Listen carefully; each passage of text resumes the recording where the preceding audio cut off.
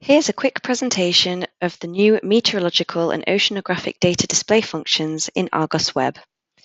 You'll see here through the menu on the left that you can access the list of available image and vector products.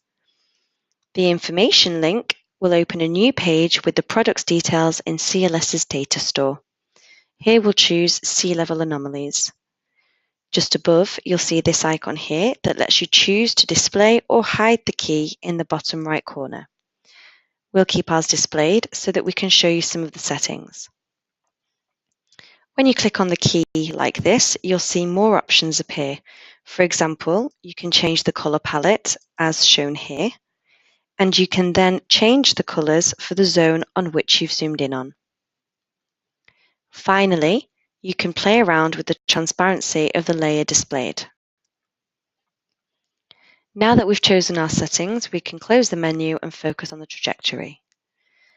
As you can see here, when I click on a particular position or location, the Metoc data displayed is synchronized with the location's date. We can see the location date down here in the pop-up window below, and the Metoc data date up here in the top right corner.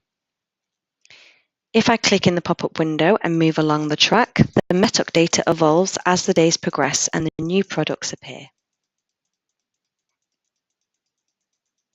This means that we can follow the track and see the changes around our beacon.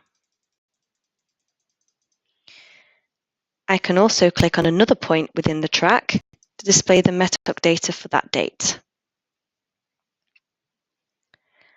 Another interesting feature, if you hover over a point along the track with the mouse, the value of that point is shown in the top right corner.